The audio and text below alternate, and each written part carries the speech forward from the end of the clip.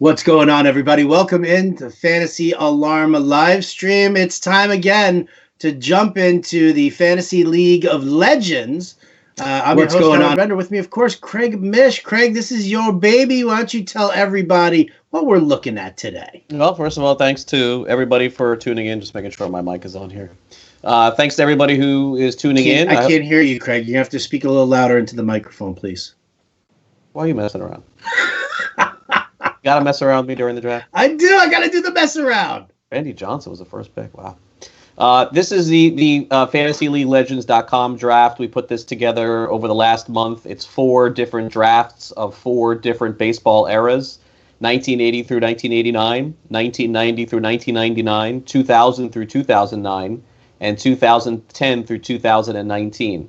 Each era, of course, is independent as to how the players played in those leagues, except for the difference is that our draftees can only take a player once. So essentially in the 1980s, there was only one Tony Gwynn available, his best year.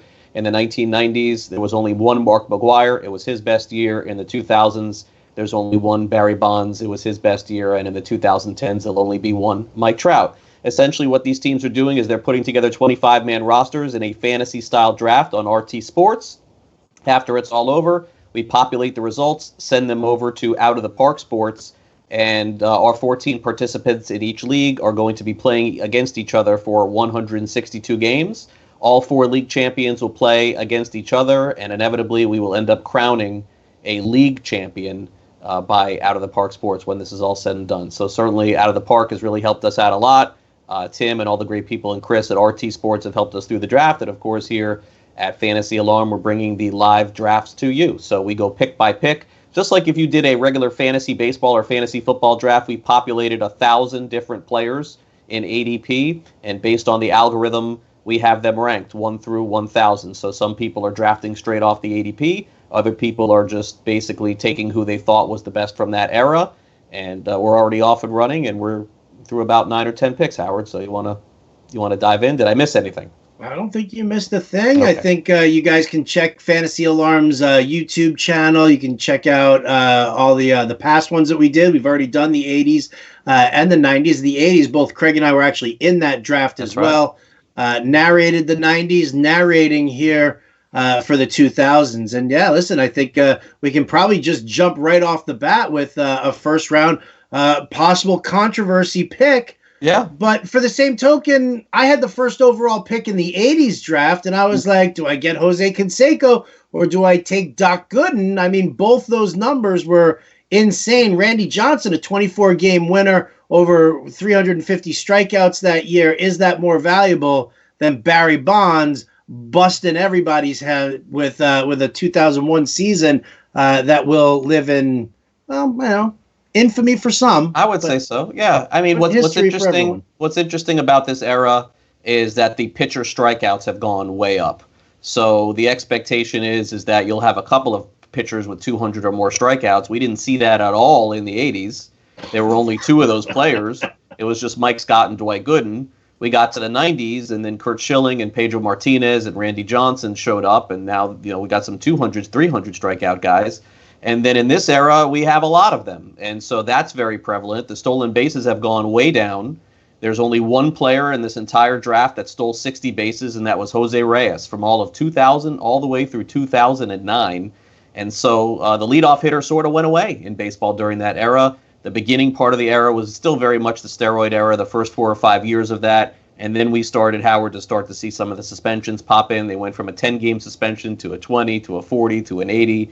And now you see where it is today. So players were less hesitant to get popped, I guess is probably the best way to put it. But, so the first pick overall was Randy Johnson. Barry Bonds hit 73 home runs in 2001. I fully expected him to be the first pick here. Right. And he was the top-graded pick in terms of average draft position, but he did not go on. It was Randy Johnson of 2002. And so Look, Randy Johnson with the strikeout numbers, Howard, it's really hard to ignore when you're so far above and away all of those guys, and that's essentially the reason why he was taken first. Then things started to normalize. Barry Bonds went from 2001, Sammy Sosa from 2001. Pedro Martinez had back-to-back great seasons, 99 and 2000. Vladimir Guerrero of the Angels from 2002. Ryan Howard, I believe this was his MVP season of 2006. Albert Pujols of 2009. A lot of people forget, Howard, how good Alfonso Soriano was in fantasy. Oh, right? I mean, oh, my Lord. One of the really underrated. No one loved him in reality. He wasn't a great defender. He moved around a lot, went to a lot of different teams. But Alfonso Soriano was one of the first guys to pop back on the scene to try and go after 40-40. Yeah, I mean, if it wasn't for the fact that he couldn't lay off nor hit that inside slider, I mean, it was something. But yeah, it's so funny. You see him here in 06 with the Nationals, and he was 40-40, 46 home runs, 41 stolen bases. Oh, I remember him when he started off with the Yankees, and then they traded him to Texas, and even there and in the Washington Nationals he played with. This was the year with the Nationals. In fact, if you think about it from that perspective, if Soriano played today, he would be the first overall pick in our fantasy drafts. He'd be number 1. If he were playing at that level, yes. If he was playing at that level, clearly. But was Soriano strike you as a steroid guy? No. Soriano didn't strike me as a steroid guy. He, because neither did Vladimir Guerrero. And I feel like Soriano fished out of the zone very much like Vladimir Guerrero did. I mean, we weren't all caught up in launch angle when it was when Soriano was playing. Yeah. And I'm sure if we studied his data, we looked at his video, what his launch angle probably was when he was with the Yankees, when he was with the Nats and the Rangers. I'm sure it would be a very intriguing thing for him. Remember, he at that time, he didn't want to move to left field. That was the big controversy going into that spring training from second base, but he just was not a good defender. So they tried to move him all over the field, but he had that magical season in 2006, 46 home runs, 41 stolen bases. But you're right. In today's game, I don't know what would have happened with him because he couldn't play defense and he couldn't take a walk. So that's usually not a recipe for this day and age's baseball, but he certainly had a great fantasy career. Take a look at that first round there, just alone what we're looking at. Bonds, Sosa. All home run guys. Yeah. Well, what I'm saying is you look at Bonds, Sosa, Sean Green, Luis Gonzalez, all from that 0-1 season. I mean, that was 0-1 and 0-2 were like the last part of the steroids. Like 0-1, 0-2, 0-3 sort of.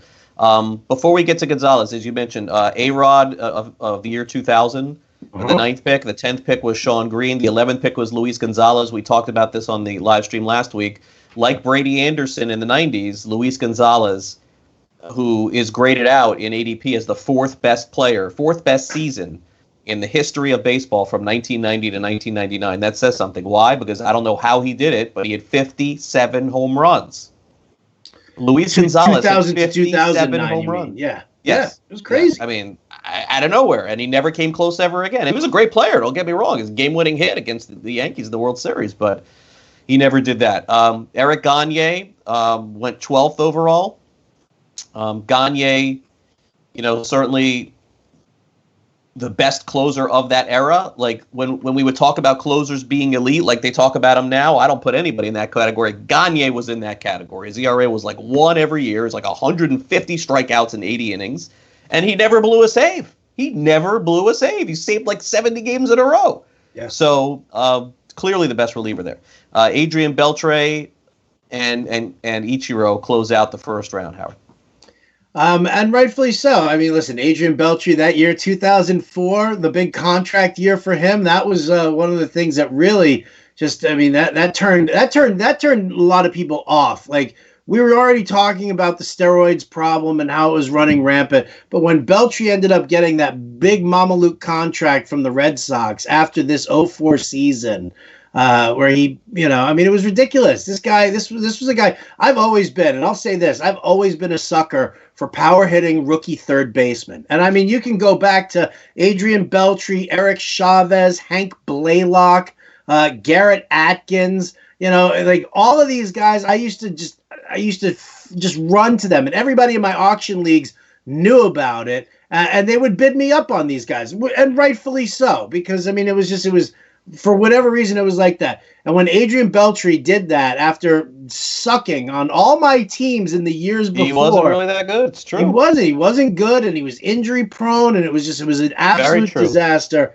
And then all of a sudden he's like, I've got a contract due. And he's like, brum, brum, brum. He had a great year, and he got the Crusher paid. From Looney Tunes. He did it twice. When he flexes. He did it twice. He did it with Boston. I'm sorry, he did it with LA. He did it with Boston, and I think he did it with Seattle. And then it got him to Texas. Second round, first pick overall in the second round was Johan Santana of 2004. Santana was the Cy Young Award winner that year. He was also the first overall pick in fantasy baseball drafts in 2004. Johan Santana was probably the last pitcher to go first. If you look at every single ranking, you'll see that he was the number one overall pick. It was a tough year for pitchers, and he by far was the best that he won the Cy Young Award that year. Yeah. Kurt Schilling of 01 on Arizona, the year they win the World Series. Gary Sheffield of 2003. Todd Helton of 2000. The reason why Todd Helton goes so high in this draft is because, if I'm not mistaken, he batted 370 that year with the Colorado Rockies. Jim Tomei of 02. We're hitting the era now of those third basemen, as you mentioned, Beltre, Wright, Longoria. A lot of good third basemen in this era. Mm-hmm. Frank Thomas only qualifies as designated hitter in this particular draft of 2000. Carlos Beltran of the Mets of 2006. Larry Walker is back for another run on the Rockies of 2001.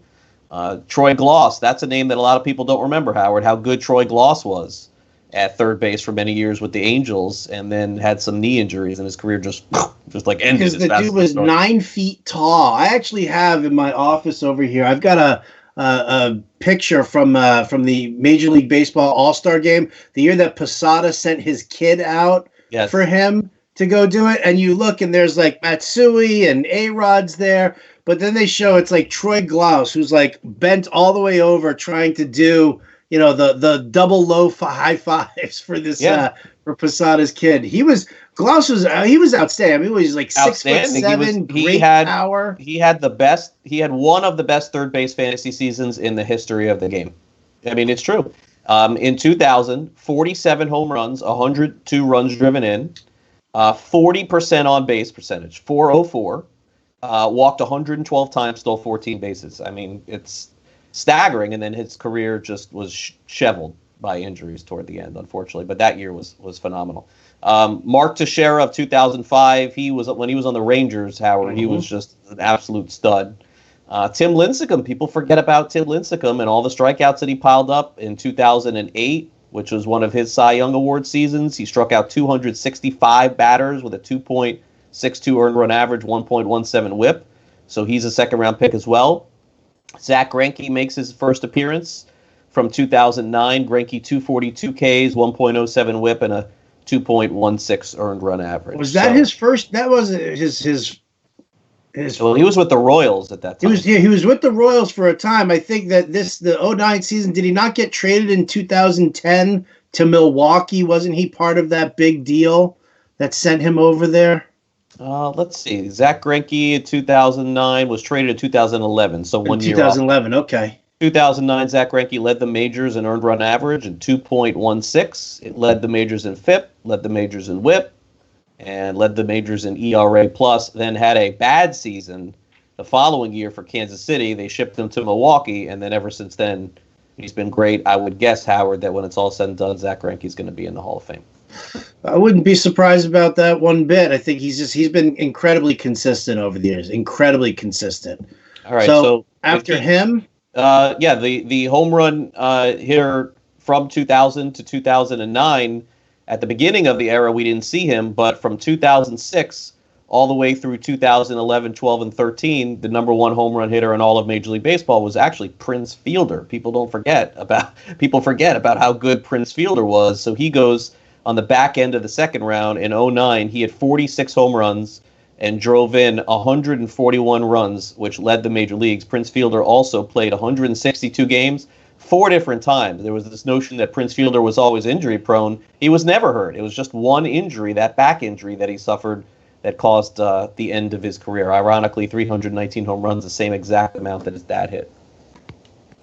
Aw, a little feel-good moment there. I had no idea it was the exact same number that his dad hit. Ah, beautiful. Beautiful.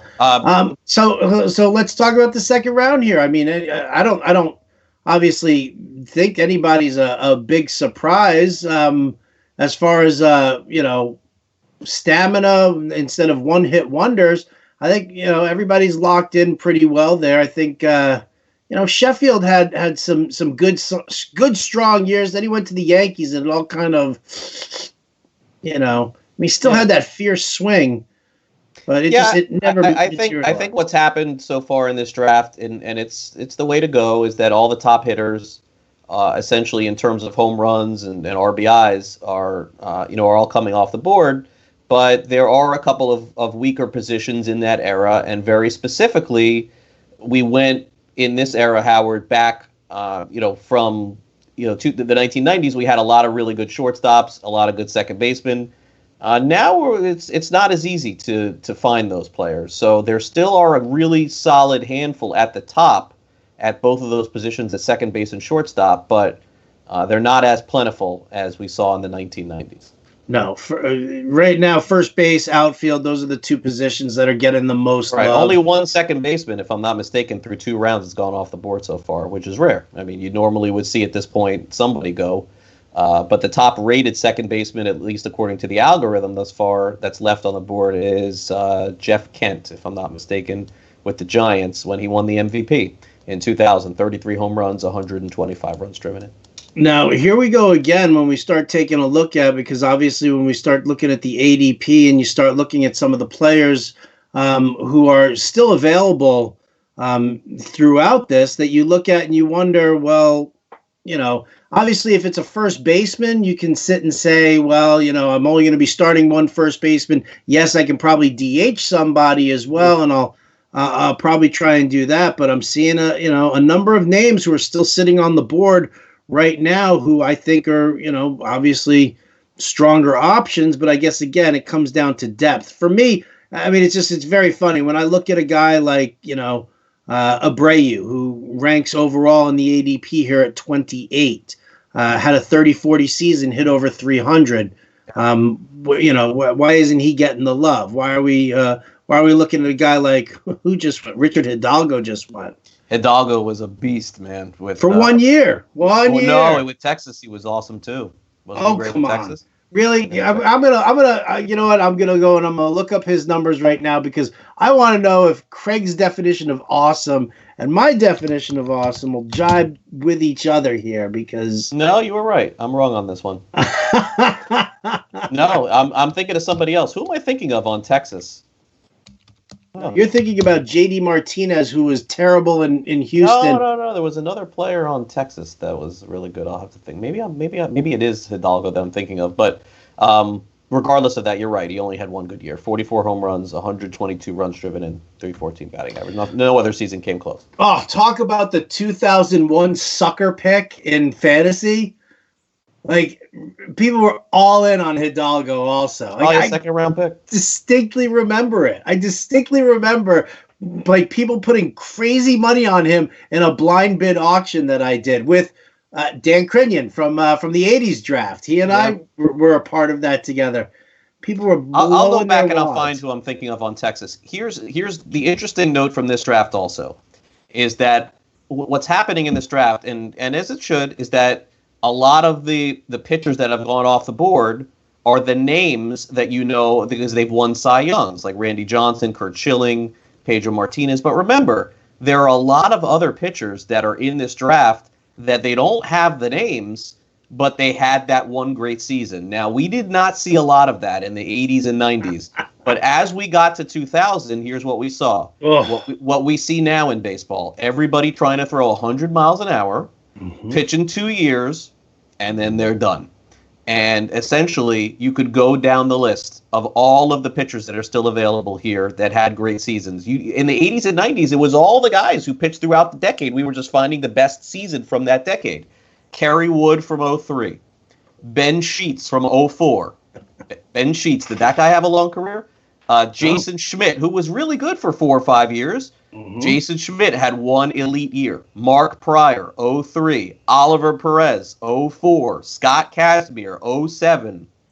It's just everyone trying to throw 100 miles an hour, and that's what happened. They all had 1 or 2 great years, and then they flamed out, essentially. It is amazing looking at some of these names and just remembering pitchers where they went. Yeah, where they went. Eric Bedard, they all burned you. Every single one of these guys. You mentioned Hidalgo. Did Ben Sheets not burn you from 04? Look at Garrett. I don't even look at his 05. I guarantee it's half the numbers. Oh, yeah. Well, that was one of the guys that Crinion was always on. He was like the mad, crazy, like young pitching guy, and he went for guys like Ben Sheets. I look at Chan-Ho Park from 2000, 217 strikeouts, a 3.27 ERA, 18 wins. My wife would draft Chan-Ho Park every single year in the early 2000s, like clockwork. And it always seemed like he was pitching on 3 days rest the entire time. We have Jeff Kent went off the board for 2000. Miguel Tejada's 2004. Can we just talk about Miguel Tejada here for a minute? What's wrong with Miggy? Miguel Tejada was the epitome of the steroid era. In 2000, he was so good and so underrated. In 2004 with the Baltimore Orioles, Miguel Tejada, 203 hits, 34 home runs, 150 runs driven in, and a 311 batting average. All of those dudes playing on the Orioles at that time, Howard? Whatever. I don't think he wasn't underrated though. Like, everybody said during that time. He won an MVP. If you looked at who the top 4 shortstops were, everybody said it was A-Rod, Nomar, Jeter, Tejada. That's right. And the three of them had the power. Jeter was the one who didn't. Hanley Ramirez of 09. Look, Hanley Ramirez was going to be a superstar. That you talk about first pick, second pick in the draft, right? It was Pujols and Hanley, right? Back to back for like 4 years in a row. And then Hanley, oh, what a waste. I thought he was going to be a Hall of Famer. Okay, so here's a name I'm going to give you here. This is the name, Jay Lopez, taken in the 3rd round. Any idea who that is? Jay Lopez in the 3rd round? Yeah. Javi? Javi Lopez. Is it Javi? Come on. Did Javi Lopez have like 2 good years? Like what? Maybe. Yeah, maybe. I don't know. What did Javi do in 03? Javi another Oriole. 43 home runs, 109 RBIs. He hit 328. Wow. And as a catcher. So Javi Lopez, I'm sure, was not doing any steroids. 1999, 11 home runs. 2024 home runs. 2001, 17 home runs. 2002, 11 home runs. 2003, 43 home runs. I'm sure it was she just got lucky. Just a passing phase. Listen, it's like Brady Anderson. Yeah. Richard Hidalgo. This was the time. This was the time for that. 2000 through 2004, 5, something like that. Look at this. If you just scroll through like the home run leaders in the utility spot who are still available right now. 42 home run season with a 308 average for Travis Hafner. Why is no one taking Rafael Palmeiro? 47 bombs? Jeez. Again, well, that's the debate that we deal with in this the entire time. Like, I don't understand why people are, overlooking some of these guys. Well, maybe they already. Well, listen, if they already have a first baseman, there's no reason to take another. That's the truth, because you're not playing 2 first basemen. You're playing as you're a Major League Baseball team now. But a first baseman DH. Like, you could put him at DH. Yes. Luis Pratt's right here. His first 3 picks. Pujols, Beltran, Delgado. Well, Delgado will have to play DH. Yeah. Oh, darn it. Jim Edmonds of 04, 42, 111. You're right. Travis Hafner, too. Phil Nevin, 41 homers. I love that. There's 1,040 home run guys still left. A lot. Sure. Piazza. Yeah, listen, Piazza may be the best pick left here if you think about it. Let me take a look at the rest of the ADP for catchers.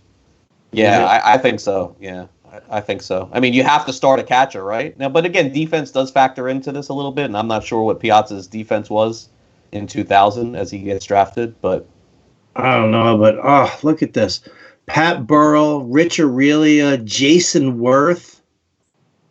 Rich Aurelia had one great year too. Aaron Hill. Oh, here you go, another third baseman, Morgan Ensberg. 2005, 36 home runs, 101 RBI, batted .283 on this season. Wow. That's tasty. Remember Garrett Atkins? Yeah, he was one of my boys. 29 homers, 120 runs driven in. He was one of my boys. 29 batting average. Do we even see, is Hank Blaylock even listed here anywhere? Oh, he's gotta be. Oh, there he is. Yeah, his 2003 season, 29 home runs, 90 ribbies, 2 steals, a 300 average. That was. Can I interest you in Melvin Mora's Baltimore Orioles 2014? 340, 27 home runs, 104 runs driven in. What was going on in Baltimore in like 03, 04, 05? Oh, come on. I mean, every guy's number. Right in my butt. Put it right here on my butt. Right in the tush. Melvin Mora batted 340? Oh, here's Tony Batista. You got to feel bad for some of these guys that didn't do steroids in this era, man. It's just... The poor Derek Jeter's only got 18 home runs. It's like, no big deal. I'll just pass on Derek Jeter, right? Oh, my God. Aramis Ramirez, Brandon Inge, Kevin Kuzmanoff. Oh, these names, I'm telling you, man, this is what, like, going back and doing these drafts, like, that's why I love this. This is the online era. This is the online era right here. This is the online era. Absolutely. Yeah. Absolutely. I think we all did 90s drafts, maybe on like an AOL or something like that, like a chat room. But 2000s was when you were drafting online at that point. Yeah. 100%. Who else we got going on here? Oh, Barry Zito in 2002, still available. 23 win season. He won the Cy Young. But only 182 strikeouts. Cliff Lee. That didn't matter back then. Strikeouts didn't matter how many wins he had. Cliff Lee was really good. Matt Morris. Esteban Loaiza in 2003. How about only one closer off the board? Gagne's the only one. Yeah. Well, I mean, look at the saves and just run it down. There's a million guys. There's so many guys here who have 30 plus saves. And I think that's going to be the next draft too, Howard, is that you're going to be able to find a closer that had one great year on every team in a decade. That's it. I mean, the one that comes to mind here is B.J. Ryan. Remember that guy? Oh, for the Orioles. Yeah, in Toronto. B.J. Ryan, 1.37 earned run average, 38 saves, 72 innings, 86 strikeouts. Wow. Yeah. And then nothing, That's it. Joakim Soria for the Royals in 08. 42 saves, a 1.60 ERA, only 66 Ks, but a .86 whip. Rob Nen, Troy Percival, J.J. Putz, Todd Jones. He was with the Marlins. That was his Marlins year. Do you believe that he closed 40 games out for the Marlins? And the year before, Armando Benitez had 40 saves. Derek Turnbow. That was one ugly MFer. With the Brewers? Oh, man. How many closers have the Brewers run through in the last 20 years? Far too many. Danny Kolb. See this thing too? Yep, Danny Kolb. Here he is. Oh, God. Oh, some of these names are just absolutely priceless. Let's see who else went off the board. Jake Peavy, 2007. That was the Cy Young Award year with the Padres. Yep. Kevin Brown of 2000. Ken Griffey Jr. on the Reds at this point of 2000. Chase Utley of 2008. Utley. I'm a big fan. Oh, Jonathan Papelbon's off the board also, so it's not just Gagne. Justin Morneau, MVP, American League 2006, 34 home runs, 103. Justin Morneau. He was good. Good. How about everybody? How about Fred McGriff? He's been in every draft we've done so far. Am I wrong? No, you're not wrong. Maddox in this one too? He's got to be, right? He should be. Yeah, he's there. He should be, right? Yeah, he's got to be. Yeah, he's there. Oh man, this is hysterical. Absolutely hysterical. There you go. Phil Nevin off the board. Finally closes out round 4. Scott Rowland taken right before him. Nevin was always my guy. Always my guy. When you grandfather in. What about Joe Mauer, dude? What was your take on Joe Mauer? Like, listen, he had 1 year of power, and I get it. He hit for a great average. He did. But I mean, I don't think people clinging to him the way they did after that one power year, and then the next year came back and he was terrible all over again. Well, not terrible, but he always hit 320, 330.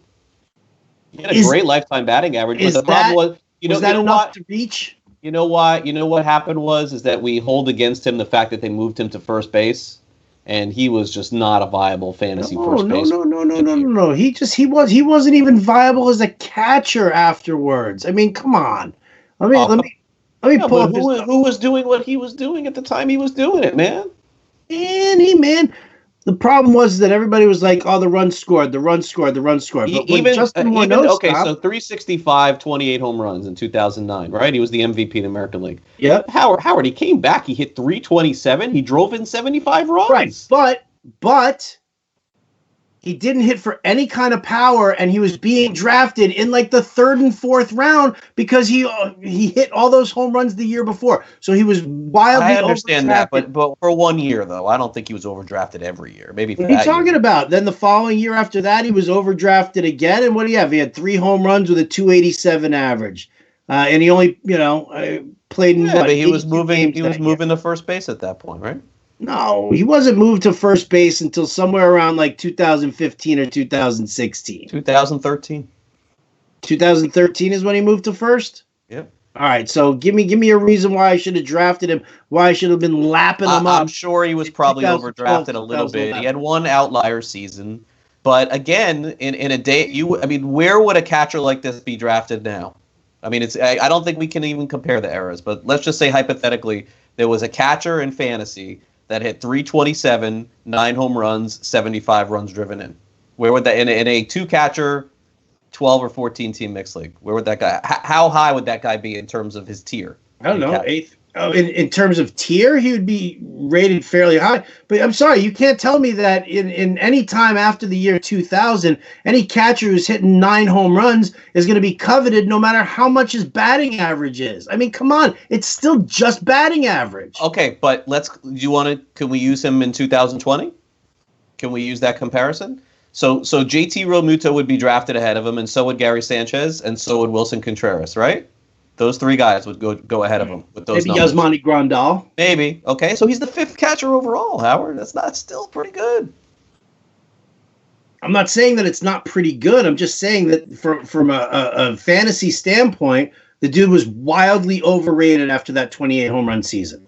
Wildly overrated. Well, I can't go back and see all the drafts that you were in, but in the draft that I was in, I don't feel like he was. But I don't remember people reaching. I was doing. I'm talking about just how people were rating him. Go back and look at like old Fangraphs articles. You can still go into their archive. I'll have to go check.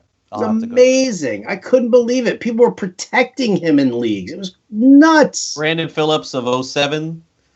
We had Jason Giambi of 01, Ben Sheets of 04, Clemens of 05, Lidge of 04, Edgar Renteria, forgot about him, 2003, and Juan Gonzalez all of a sudden came back on the scene for 2001 and just messed around and won MVP again. That was weird. Now, here's going to be the interesting thing as we look at Louis Pratt's team. Because, again, it's Pujols, Beltran, Delgado, Edmonds, and Juan Gonzalez. So his outfield is now full. His DH is full, and his first base is full. I don't understand why everyone is just not attacking pitching at all. I mean, I don't know that I'd feel great about not having any starters at this point. Which is what I'm saying. Well, I mean, I guess if Verlander's your ace, you feel good about it. If Wood is your ace, you feel okay about it. But then after that, it gets pretty thin. Well, I mean, listen, I'm looking at these teams. The guy who just took Cliff Floyd, who picks right after. Oh, it was the girl. Andrea Lamont. Look at that. Good job. Good pick. Shout out to Cliff. What's up? Wow, here's another blast from the past. 2008, Chad Billingsley.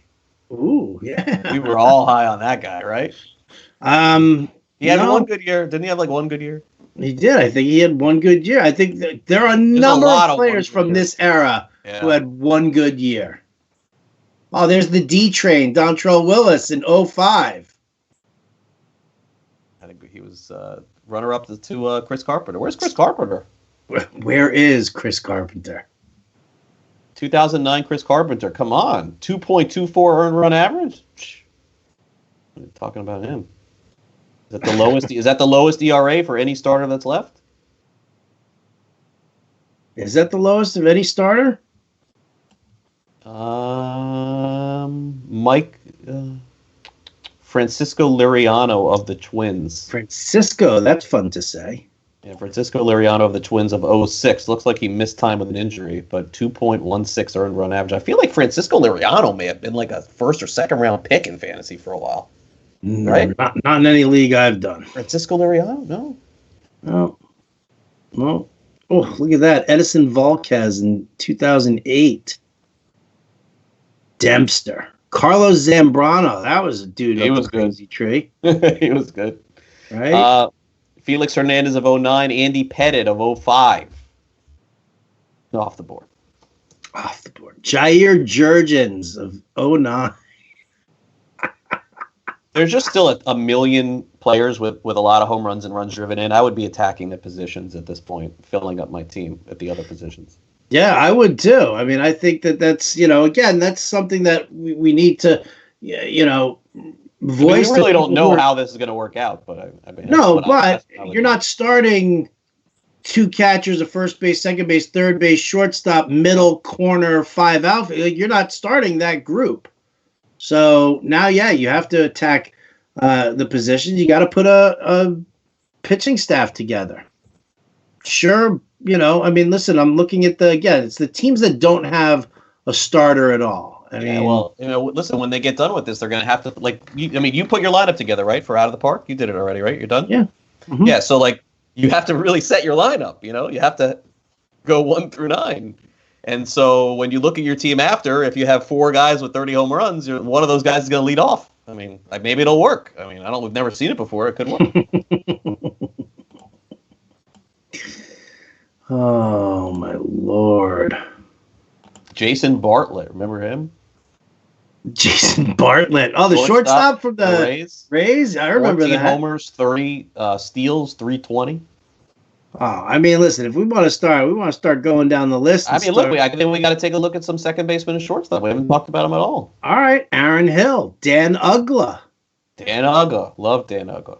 All right, let's go. Let's see. Who are the power hitting second basemen who are still out there? Aaron Hill in '09 hit 36 bombs, batted .286. Mm-hmm. Dan Uggla, 32 bombs, batted .260. Ian Kinsler, '09, 31 home runs, 31 stolen bases. Wow, 253. Look at that. Marcus Giles, 21 home runs, 14 steals, a .316 average. Wait, that dude not do anything after a while. Ray Durham. Ray Durham was good. Ray Durham was a solid. You knew you were getting 20 stolen bases from Ray Durham one way or the other. Brian Roberts. Here you go. You want to talk about the Orioles? Yeah. 18 home runs, 27 RBI. How about the Brian Roberts, who was batting he was pulling a Clint Barmas, and he ended up batting 400 through the first 2 months of the season. Then he got hurt, and he was done. That. I think I had him that year. I did have him. I remember horrifying. that. Yeah. That was bad. It was horrifying, dude. It was sad and upsetting, and makes me. Oh, Luis Castillo of the Marlins, 62 stolen bases, 334 average, still sitting there on the board. Hitting. Kaz Matsui. Oh God, that got lost.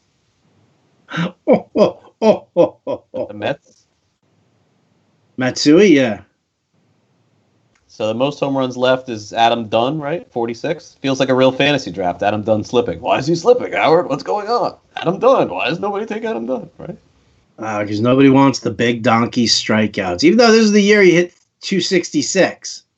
It was that one outlier of a season. But yeah, Hafner, another guy who's still not. David Justice, 41 bombs for the Yankees in 2001. Yeah. 2000, I mean. Hit 286. He's still on the board. Adrian Gonzalez. Remember good old Adrian Gonzalez? Look at that. For the Padres, 40 Adrian Gonzalez was the guy that after the first few first basemen go off the board, you're like, all right, I'll take Adrian Gonzalez. You know he's going to hit 30 home runs and drive. Oh, how about this guy? Here you go. A staple on all of my teams year in, year out. You could not do any wrong with Paul Konerko. 30 home runs, 100 RBIs. The most consistent guy you could possibly get your hands on. Unbelievable. All right, Andrea Lamont is up. She is one of 2 teams who doesn't have a starter. Does she go starter? She's got Alfonso Soriano, Frank Thomas, Bobby Abreu, Mark Reynolds, Cliff Floyd. Does she go pitching now? Does she? The best pitcher on the board is Jason Schmidt from 2004. Is Lenny going to whisper sweet nothings into her ear? I mean, can you imagine coming out of this and the best pitcher you have is Oliver Perez? That 1 year? There you go. That 1 year. That's all that matters, though, right? Yeah. It's true, but look at the ERAs, Howard. The ERAs are Brian Braun, she goes 0.9. She picks up a fourth outfielder / DH possible. No, she's got Frank Thomas as her DH, the Roto lady. That's not a good move. That's not a good pick. You can't play them. No, you can't play them. Not a good pick. I love you, Andrea, but come on. Let's see if Luis Pratz gets himself a pitcher here. He doesn't have one either. Pujols, Beltran, Delgado, Edmonds, Juan Gonzalez. Where's he going? Craig, if you were making this pick, would you be taking the pitcher? Mariano Rivera in 08. All right, I could live with that. Probably a Yankees fan. Hey, back it up, Mish. What I'm saying is the ERAs are all above 3 at this point. Most of the guys are above 3. Yeah. Cliff Lee, 2.54 ERA, 22. Oh, here's another good one. Matt Cain.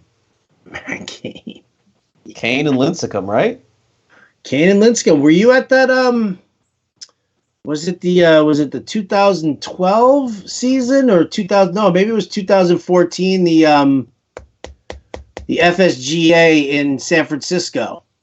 No, I don't think I was there. Where we all went to the game and Matt Cain threw his perfect game the next night. Are you serious? Wow. It was the day after. Wow. Yep. I wish I was there for that. We all got to witness Madison Bumgarner's first home run as a professional baseball player. That's cool, though. Yeah. And then the next night, Cain throws a perfect game. How about some washed-up closers or middle relievers? And remember, for this draft too, you can use middle relievers as if they're it's a Major League Baseball game, so you can. Guillermo Mota, the Dodgers, 1.97 earned run average, 99 strikeouts. Remember our good friend Carlos Marmol, 1.43 earned. Wow, 1.43 earned run average, 96 strikeouts. How about Joel Zumaya, Howard? Oh. A career completely ruined by Guitar Hero. That's right. Andrew Bailey, he was good for a while. Oh, man. Young Kim? I may have had him in a fantasy league before. I feel like I did. Oh, he was my closer for like a couple of seasons. There's no way this guy had more than one good year. Akinori Otsuka, 04, Padres? Yeah, no. This is the first name that I'm like, ugh. Oh, the beard, Brian Wilson. Oh, that dude was such a douche. that dude made beards douchey, and then just his general persona. He was a terrible Brendan dude. Donnelly, another great setup guy. Chad Fox, great setup guy. Grant Balfour. Chad Fox. That dude couldn't stay healthy to save his life either. Absolutely right. Could not stay healthy.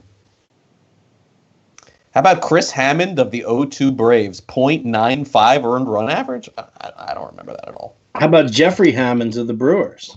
He had an. Oh, I know Jeff. He's a friend of mine. What is he here? Is he on this list? I see the 2000 version of Hammond. Who's in Colorado? Yeah, look at the at bats, Howard. He got hurt. 454 at bats, 20 homers, 106 RBIs, 335. You know what he batted at Coors that season? Is the only player to do it.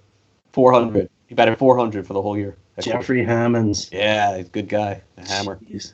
Oh, I would have to take Hammonds if I was in this draft. Look at some of these names, dude. Jack Cust, Jay Gibbons. Orioles, a couple big years, 30 home runs. Oh, here you go. For the Texas Rangers, Kevin Mench. Oh, he had that big helmet. Huge noggin. It was Kevin Mench. The biggest. It was humongous. Oh, man. Oh, I'm telling you, man. Hey, Carl Crawford, he was, first round pick every year, right? How many years in a row? Carl Crawford. He went to Boston and then Shannon Stewart around the turn of the century. Shannon Stewart was perpetual 2020. Absolutely. Stole 40 or 50 one year, too. Ooh, Aaron Rowan. Aaron Rowan had the shoulders. Big shoulders. Yeah. Manny Ramirez still and he had that like batting stance like he was pooping batter's box. It was like there's just so many 30 home run hitters left that I think it would have been better to pivot over to pitching in middle infield. Yeah, because you're still getting so much value from these guys. Maglio Ordonez in 2007 hit 363, still available. Dude, look at somebody. How about these? Corey Patterson, Jock Jones, Alex Rios. White Sox, Blue Jays. Rios was, that dude was supposed to be a monster. He was. He was supposed to be an unbelievable guy. BJ Upton. Bubba Trammell? I don't remember this at all. Well, Xavier Nady, the X-Man. There's handsome Steve Finley right there. I'll give him a shout out for my wife. There you go. Timmy Salmon. Tim Salmon, 34 home runs, hit 290 in 2000. Manny Ramirez, 33 bombs, 349 average in 2000. That was like a bad year for Manny Ramirez. Yeah, but if you're taking him right now, Andre Ethier. Nate McLouth. One big year. Bobby Higginson. Let's see who else we got. How about the best cat? Only 3 catchers have been drafted. That's it. Yeah. So the best ones are Charles Johnson. Wow, CJ batted 300 with the Orioles. That's impressive. Again, it's the Orioles. Yeah, CJ is clean. Jorge Posada, 2003. Speaking of not clean, Paul LaDuca, 2001.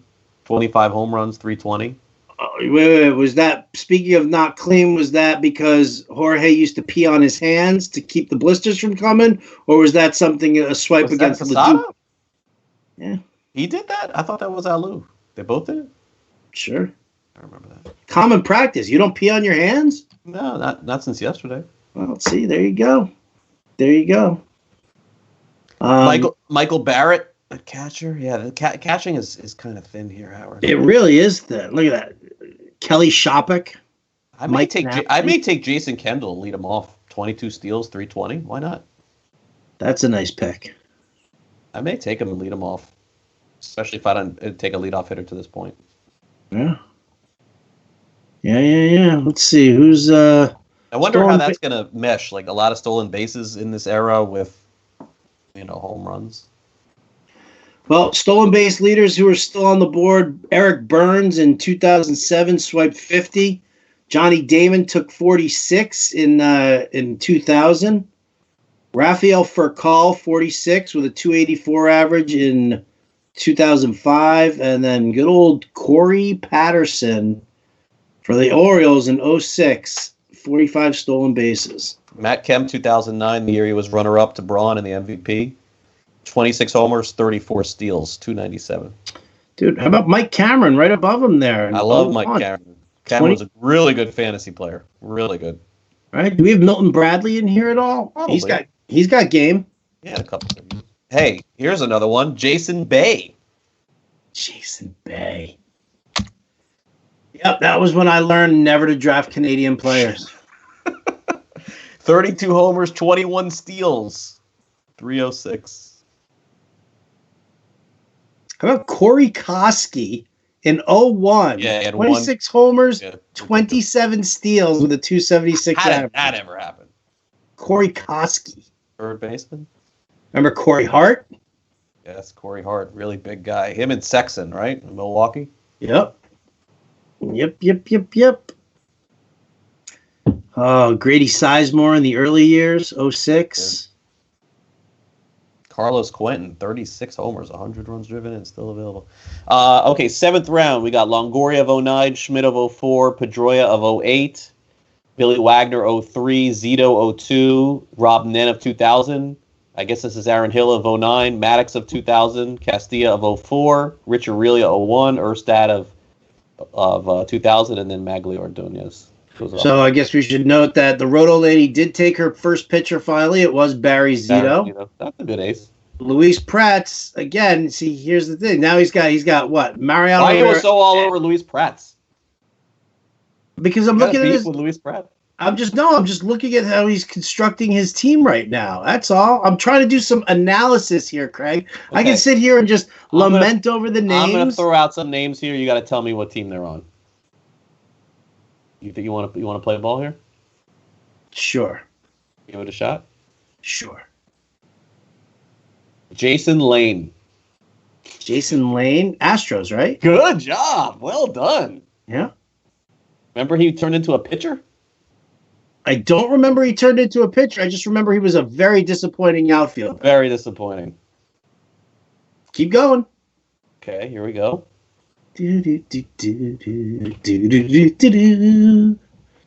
Ryan Ludwig. Ryan Ludwig. In this time, was he still with the Cardinals? Yes, sir. Okay, there it is. 2 for 2. Ew. Let's see if we can. I'll play this game all day. All right, we have. Let's see here.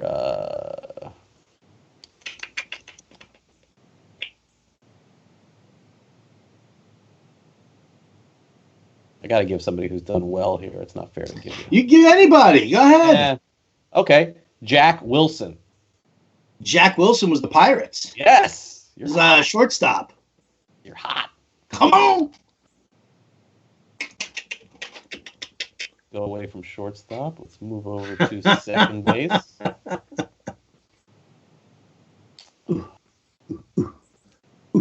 Junior Spivey.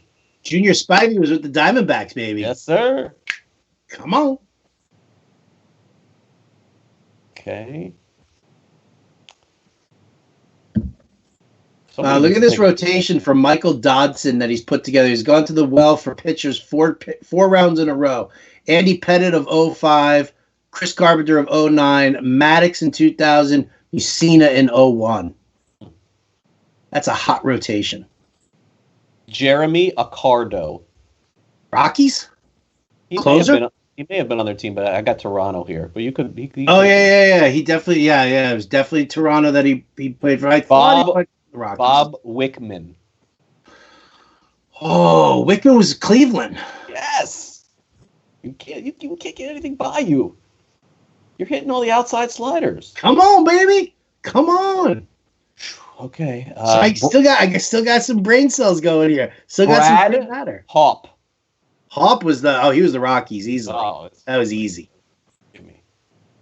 That's easy. I had shares of him. All right, here we go. Yeah, keep going, man. I'll play this game all day long. Jason LaRue. Ooh, Reds. Catcher. Yes. I'm not going to get anything by you here. It's too tough. Let me go to another catcher here. Toby Hall. Rays. Devil Rays. You're too good. You are too good at this. I'm going to have to go to starting pitching again. Do it, man. Serve them up. I love that. I love me some starting pitchers. Let's take a look here.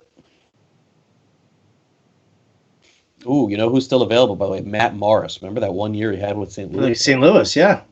Oh, dude, that was it was Matt Morris, Andy and Alan Bennis, and Chris Carpenter were the top four in that rotation. I love that group. Ooh, here is an interesting one. John Patterson. John Patterson. 2005. 185 strikeouts, 3.13 earned run average. Patterson. Really tall guy. No, I'm picturing who he is. You got me. I'm going to go Cubs. He was with Washington in their first year, but he was really on Montreal for a number of years. There you go. There you go. You got one, Craig. Finally. Jeez. Do you want me to play that with you? Sure. Let's see. Who's looking at here?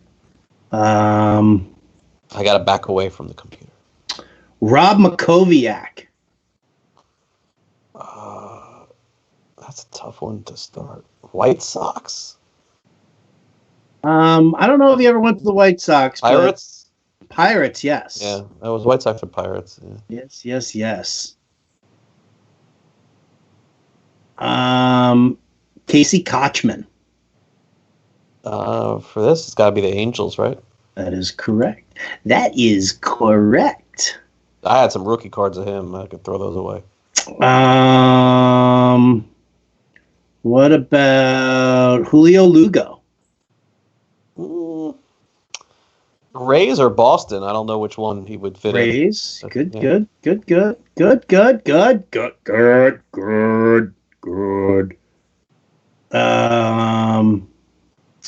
Davy Cruz. Tigers? Yep. Yeah. Alex Cintron. Diamondbacks? Craig, my boy. How about Unieski Betancourt? Seattle? Yes. Indeed. See, you're good at this game too, Craig. Let's see. What do I give you like a generic name. How about Juan Castro? Juan Castro. Twins? No, Reds. I don't even know who that is. Juan Castro. I don't even know who that is. I don't know. Wait. Let me just search for the name. Yeah, all right. How about Alex Gonzalez? Toronto? Or Miami. Florida. No, we'll also accept Cincinnati at this point. Cincinnati. Wow. There are two Alex Gonzalez's. No, I know. The one went from Toronto to Cincinnati. The other one was on the Marlins the whole time, I'm pretty sure. No. 01 in Toronto was Alex Gonzalez. 07, the Cincinnati Alex Gonzalez. Are you serious? I don't remember that. Why would I make that up? Must have been my Alex Gonzalez that went to. Must have been love, but it's over now. David Ardsma. Seattle. Takashi Saito. Dodgers. Keith Falk. Keith Falk? Who? I mean, what would they put him with here? The Boston here? Nope. No? Oakland? Still White Sox, Keith Falk. White Sox? Yeah, he was good with Boston, too. I think he was their closer the year they won the World Series. Yeah, they got him. They got him actually from the White Sox in that deal, I believe. Yes. I love it. Well, yeah, I could play this game all night. Here, well, we did our hour here, so. Yeah, we logged our hour in here so far. All right, so I don't think Luis Prats is doing this right now because he's picked up two top closers in Rivera and Wagner. No, he probably logged out. And now he just went with Ryan Ludwig. So now anybody who took Ryan Ludwig, they're probably on autopilot. That's the rule. He did time out on that pick. Yeah. Well, listen, they're going to have to play out the season one way or the other. So if you want your name on a season where you go 62 and 100, that's up to you. Because your name is going on this thing. Your name is going on it, no doubt. And we're going to talk about this. Like, as we start simulating games, I'm going to start bringing Craig onto Sirius XM, and we're just going to start name dropping all you people out there with who's doing poorly. And then I'm going to go on Craig's show on FNTSY. I'm going to make fun of you even more. I'm on Sports Grid now. That's what I said, Sports Grid. My bad. Yeah, that's all right. I know you watch every day. So that's fine. Every single day. Which of the TV apps do you watch my show on? How about that? Let's ask that trivia question. Which one? Can you name one of the three that I'm on? No. I don't think I can. Thank you for your support. Thank you so much. What are you talking about, dude? We're here, are we? We're doing live streams together. Pluto TV. It's free, man. Pluto TV. Download it. How am I supposed to? It's absolutely free. How about Zumo TV? And what time am I supposed to be watching you? Don't worry about that. It'll pop up. Oh. 11 a.m. I said that to my wife one night. She didn't buy it either. You're like, honey, guess what? Steve Finley. I have a Travis Lee mask that I put on sometimes. And I wear an Andy Pettitte jersey, too. So, are you still doing fantasy baseball drafts right now? I've been doing some mock drafts with the Mock Draft Army. Don't you think it's time to stop for a while? I mean, I'm not doing them every single day. You're not. Are you paying any money for any of these? No. No.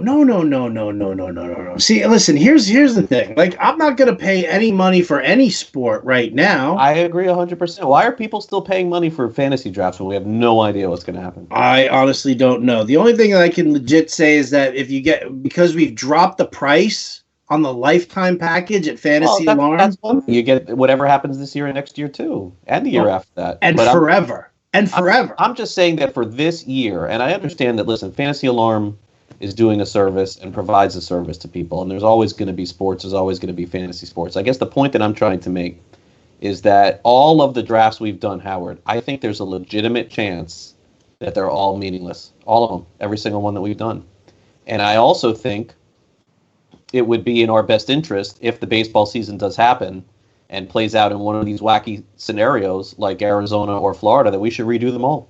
I really do. I feel like they should all be redone again. And I got to be honest with you and say that I do agree. I think that what we can and should do at this point right now is that I think Tout Wars, Labor, FSG. What kind of representation? Listen, if the baseball season... If the baseball season itself is not going to be a representation of what we've normally seen, and they're talking about realigning and playing a shorter season, no one in their right mind, Howard, is ever going to look back on the 2020 baseball season and think it was anything but a gimmick that they tried to put together to try and help us watch baseball. So if that's the case, why don't we do the same thing in fantasy? I don't understand why we're also held to having the teams that we've had and drafted. I feel the same way about Labor, Tout Wars, all the teams that I've done. Whoever wins got lucky. That's the end of the story, beginning and end. Yeah. I'm at that point right now where I agree with you completely. I think that, and because here's the thing, is that I think that enough time has passed from, I mean, it's a full month. It's 6 weeks since Labor. It's 6 weeks since Labor. It's a month since Tout. It's 3 months since the FSGA. Oh, I know, dude. I know. I mean, that draft could have been last year. Wouldn't have, it wouldn't make much difference. I went back and looked at my team. Still pretty good. The other thing, too, which is going to be good for Fantasy Alarm, and we've talked about this off the air and good for everybody else, is that it doesn't take a rocket scientist to know that the second a real baseball season is announced, everybody is going to want to draft more than they ever had in the history of fantasy sports, and in baseball in particular. Yep. So if everyone is going to be logging on to draft, your mock draft army is going to be all filled. Everyone's going to want to draft. Everyone's going to know the different scenarios. They're going to want to redo their teams. And so I think that we all should be redoing our teams. Look, I'll play it out. I'll be thrilled with some of the guys that I ended up getting that I'm at an advantage because they're playing a game in Scottsdale at 7:00 at night. Like, I mean, who even knows what they're going to do, but the rush to draft as soon as we know that there's a season, it'd be insane. It's going to be insane. So why not join that? Because everyone's going to be drafting anyway. Everyone's going to want to redo. Everyone's going to jump in. How do I get in a draft? Everyone's going to draft the NFBC. Everyone's going to want to jump in. So why all of our experts draft? Just wipe them out. Set the time again, and let's get together and do them again. Which is why I find it mind-boggling that people are playing high-stakes fantasy still drafting right now. It's bananas. It is bananas. But look, for me, the mock draft army serves as the best purpose because it's free. It's a couple hours of your time. Mm-hmm. And win, lose, or draw, no one remembers. It doesn't make any difference. It's just a bunch of guys and girls getting together in a draft room to chat and have fun. Totally makes sense to me. But to throw any of your money on this, win or lose, you come out winning saying what exactly?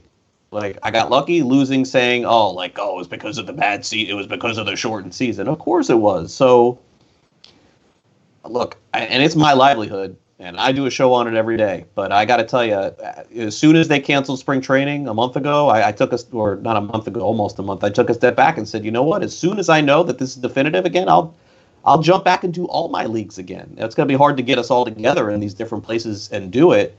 But do it online. You can't not do it online. You're not I think it'll be full of strategy, full of intrigue. Mm-hmm.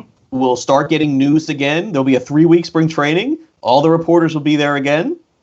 You can ADP is going to be like, yeah, I think that would serve as so much fun. So why waste that now? I still see a lot of people who are doing it, and spending money on it. And look, I get it. It's really hard right now to just sit at home and do nothing and just watch Tiger King over and over. So, but for me, I'd much rather do what you're doing and hold those mock drafts and just have fun.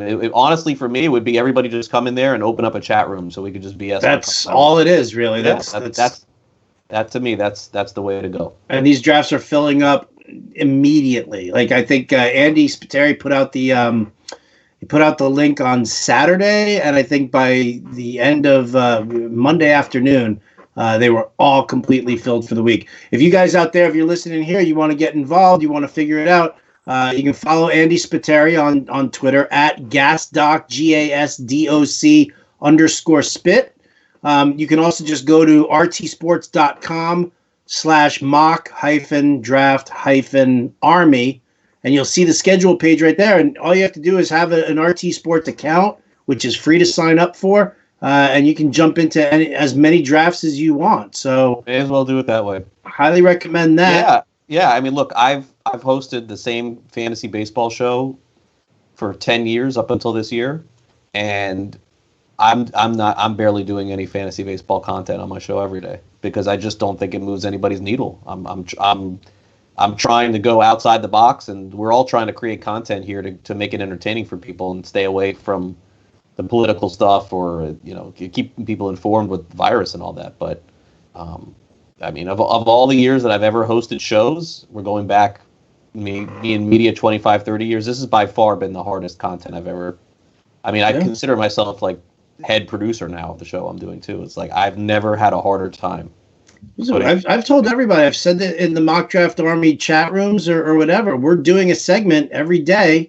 Somebody sends us their mock draft, their baseball team. Good, send it in, and we'll talk about it, and we'll break that down, and we'll talk about what could change as we move closer to the season, whenever that does end up starting up. So, again, I'm with you on Craig on this. I don't want to spend my money right now. I'd rather do a best ball NFL draft for $10 than to put anything into baseball. What? You have a more realistic shot of that being played out the right way. I mean, and that's crazy to think that I would ever say that a fantasy football best ball draft in April is probably more realistic of knowing than a fantasy baseball draft in April. That's just, I mean, who would have ever thought that? It's unthinkable. Fantasy baseball draft in April. I mean, think about it right now. I mean, it's crazy. It's crazy. So, look, I mean, I wish I had more insight as to when they're going to start or what they're going to do, but I mean, the people that I talk to all say that there's definitely going to be a season. So, I mean, I don't know how and I don't know where, but the owners simply aren't going to let that money go, Howard. It's too much TV money, and it would be the only game in town on television. So whether they play it in front of no one, and it's the wackiest season of all time, we're going to get it. And so if we're going to get it, let's reconvene in a month when we know where it is and how it's going to be and what the schedule is going to be too. Players are getting antsy too. We talked to Austin Meadows on the Fantasy Alarm show today, and I mean he's antsy. He's ready to go. He's trying to stay in shape and do some work. He's hitting fly balls to he's like the ball's coming in. He's hitting a big fly ball. His dog is going and getting it. Yeah, there's nothing else they can do. Yeah, I mean the other thing too to think about is that it's a lot different for the guys who are in their 30s. They're married, they have kids, they have a backyard. Imagine, Howard, all of these kids who are 21, 22, 23, they're all living in apartments with no gyms, nothing. Yeah. Like, what are they doing? Like, there's so many factors that are going into this year's fantasy draft.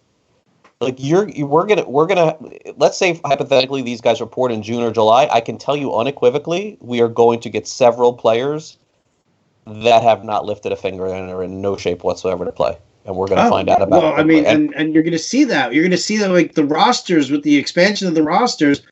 I mean, unless you're talking about some no-brainer marquee names, guys, superstars who have that home gym, who have that ability to do that, everybody else is going to end up, rotating in and out throughout the games. I mean, we're going to see crazy platoon plays, I'm sure. And they're going to be, and there may not even be a minor league season, so each major league team is going to have to keep 5 or 6 guys ready to play, and those guys are going to play. in 2020. Like you would have thought they'd spend a whole year in the minors. There's no minor league stats. They're going to play on the major league team. And so what kind of advantage do I have not knowing who those guys are now? You could end up taking a second round pick, your second pick in the second round, and you find out, oh, that guy's not ready to play. Think about this. Think about services that build like projections. Think about what next year's 2021 projections are going to look like when they sit there and they try to like incorporate the 2020 stats, if there are even going to be hard too. 2020 stats. Yeah, so I mean, this is going to be a trickle down effect for a couple of years, I think. It will be, and I'm excited to have everything back, but at the same time, I think that we realize that anything baseball wise that we look at this year is going to be not indicative as to, well, not completely indicative as to Craig how just good. Froze on me. Look at that. Did I? So here we are, tail end. Come on, Craig. Come back to me, baby. Am I back yet? Or maybe I froze. Yeah, maybe I froze. I don't know. I don't know. Did I freeze or did you freeze? Am I back or no? You're back. We're both frozen. We're both back. All right. Well, then that's a perfect sign for us to get out of here. Guys, big thanks for tuning into the Fantasy Alarm live stream. Huge thanks to Craig. Huge thanks to all of our drafters. Big thanks to Matt Sells, our producer. Appreciate everybody tuning in. We'll do another one of these next Monday night when we draft the 2010. So stick around. More to come. Fantasy Alarm live stream. Thanks so much for tuning in tonight. We'll catch you next time.